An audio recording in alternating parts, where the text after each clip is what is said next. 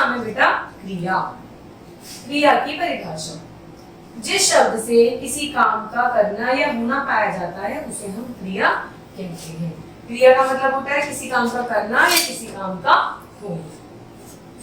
किसी भी वाक्य में कर्ता तथा क्रिया का होना बहुत आवश्यक होता है। राहुल सो रहा है, घोड़ा दौड़ रहा है, शोभा खेल रही है। इन वाक्यों में कर्म नहीं दिया गया है, लेकिन सो रहा, दौड़ रहा, खेल रहा, ये सब क्या है बेटा? क्रियाएं हैं। अब हम पढ़ते हैं क्रिया के भेदों के बारे में। क्रिया के कितने भेद होते हैं? क्रिया के दो भेद होते हैं, पहला है अकर्मक, दूसरा है सकर्मक। अकर्मक क्रिया क्या होती है बेटा? जब वाक्य में क्रिया के साथ कर्म ना हो, केवल क्रिया प्रभाव कर्ता पर ही पड़े, तो उसे हम अकर्मक क्रिया कहते हैं। जैसे आम मीठा है, आम पे फल के आम मीठा है, बच्चा रोता है, गौरी सुंदर है। सकर्मक के अंदर क्या होता है बेटा? जब वाक्य में क्रिया के साथ कर्म भी दिया हो तो वह क्रिया सकर्मक क्रिया कही जाती है। जैसे राकेश पुस्तक पढ़ता है, तो उसमें कुछ क्रिया हो रही है, काम हो रहा है। बच्चे बिस्कुट खाते हैं, तुम फूल तोड़ते हो। अब इसकी पहचान कैसे करेंगे हम कि भाई ये सकर्मक है या फिर अकर्मक है? हमें तो नहीं समझ आया, मैं बताती हूँ आपको। वाक्य में क्रिया के साथ क्या और किसको प्रश्न करने के लिए यदि कोई उत्तर मिले तो क्रिया सकर्मक क्रिया होती है। यदि हम वाक्य में ये पूछ सकते हैं कि कौन कर रहा है, क्या कर रहा है, अगर हमें आंसर मिल रहा है तो वो सकर्मक क्रिया है, और यदि उत्तर नहीं मिलता तो फिर वो अकर्मक क्रिया कहलाती है। सकर्मक क्रिया के भी बेटा दो भेद होते हैं। पहला होती है एक कर्मक क्रिया, दूसरी होती है द्विकर्मक क्रिया। एक कर्मक क्रिया के अंदर जिस वाक्य में क्रिया के साथ एक कर्म किया जाता है उसे एक कर्मक क्रिया कहते हैं। नाम से क्लियर है, एक कर्मक मतलब एक कर्म हो रहा हो। जैसे तुमने पत्र लिखा, तो उसमें एक ही व्यक्ति है जो पत्र लिख रहा है।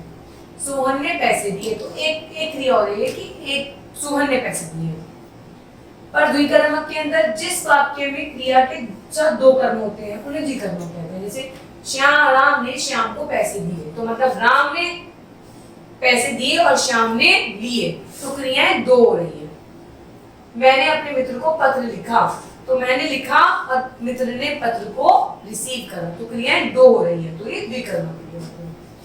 अब हम पहले हमने पढ़ा क्रिया कितनी भेद होती है। अब प्रयोग की दृष्टि से पढ़ते हैं हम क्रिया कितनी होती है। प्रयोग की दृष्टि से तो हमारे पास 5 प्रकार की क्रियाएं होती हैं। संयुक्त क्रिया, सामान्य क्रिया, नाम धातु क्रिया, प्रेरणार्थक क्रिया और पूर्वकालिक क्रिया। भाई वैसे तो हमने क्रिया पढ़ी थी सकर्मक, अकर्मक। अब प्रयोग की दृष्टि से संयुक्त क्रिया के अंदर क्या होता है बेटा? जहां दो या अधिक क्रियाओं का साथ साथ प्रयोग होता है उसे संयुक्त क्रियाएं कहते हैं, जहां दो क्रियाएं एक दूसरे से संबंध रखती हैं। जैसे मैं अब पढ़ सकता हूँ, राधिका ने खाना बनाया, तो इसमें क्या हो रहा है?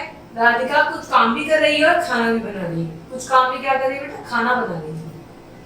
सामान्य क्रिया, जहां वाक्य में केवल एक क्रिया का प्रयोग होता है वो सामान्य क्रिया। जैसे राम गाता है, तो एक ही क्रिया हो रही है कि राम गाना गाता है, एक ही काम कर रहा है।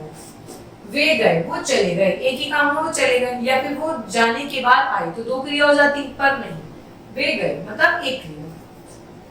नाम धातु क्रिया, जब वाक्य में प्रयुक्त क्रियाएं संज्ञा, सर्वनाम, विशेषण आदि से बनती हैं तब नाम धातु क्रियाएं कहलाती हैं। जैसे झुठलाना, हथियाना, गरमाना इत्यादि। इनमें कोई विशेषण, कोई चीज की क्वालिटी पता चल रही है कि कोई चीज किसी चीज को झुठला रहा है, तो कुछ विशेषण दिखाई दे रहा है, तो ये क्रिया नाम धातु क्रिया हो जाती है।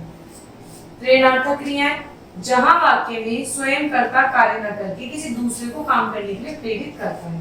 कर्ता खुद तो कोई काम नहीं कर रहा, पर वो किसी और काम को दूसरे को प्रोत्साहित कर रहा है करने के लिए, उसे प्रेरणार्थक क्रियाएं कहते हैं। अजीत ने नौकर से चाय बनवाई, तो अजीत नौकर को प्रेरित कर रहा है चाय बनाने के लिए। शंकर धोबी से कपड़े धुलवाता है, तो शंकर धोबी को प्रेरित कर रहा है कि तू कपड़े धो। अब प्रेरणार्थक क्रिया भी दो प्रकार की होती है बेटा। प्रथम प्रेरणार्थक क्रिया है, द्वितीय प्रेरणार्थक क्रिया है। प्रथम प्रेरणार्थक क्या होती है? जब कर्ता स्वयं भी कार्य में शामिल होकर प्रेरणा देता है, उसे प्रथम प्रेरणा प्रथम प्रेरणार्थक, जब कर्ता खुद भी काम करता है, दूसरों को भी प्रेरित करता है, तो वो प्रथम प्रेरणार्थक क्रिया हो गई। पर जब कर्ता स्वयं तो कार्य नहीं करता पर दूसरों को प्रेरित करता है काम करने के लिए, उसे हम द्वितीय प्रेरणार्थक क्रियाएं कहते हैं। पूर्वकालिक क्रिया, किसी मुख्य क्रिया के पूर्व यदि किसी दूसरी क्रिया का प्रयोग हो तो उसे पूर्वकालिक क्रियाएं कहते हैं। मतलब एक क्रिया तो हो रही है पर उससे पहले भी हमें बोध हो रहा है कि एक क्रिया हो चुकी है। जैसे वह दौड़कर घर पहुंचा, तो एक क्रिया तो घर पहुंच गया पर उससे पहले भी उसने क्रिया करी है, वो दौड़ा है। छात्र कार्य करके घर गए, तो छात्रों ने एक क्रिया तो करी, वो उन्होंने कार्य किया, और उसके बाद कौन सी क्रिया करी कि वो घर गए। जहां हमें एक क्रिया तो होती है उससे पहले की क्रिया का बोध होता है, वो आती है हमारी पूर्वकालिक क्रिया के अंतर्गत। Thank you.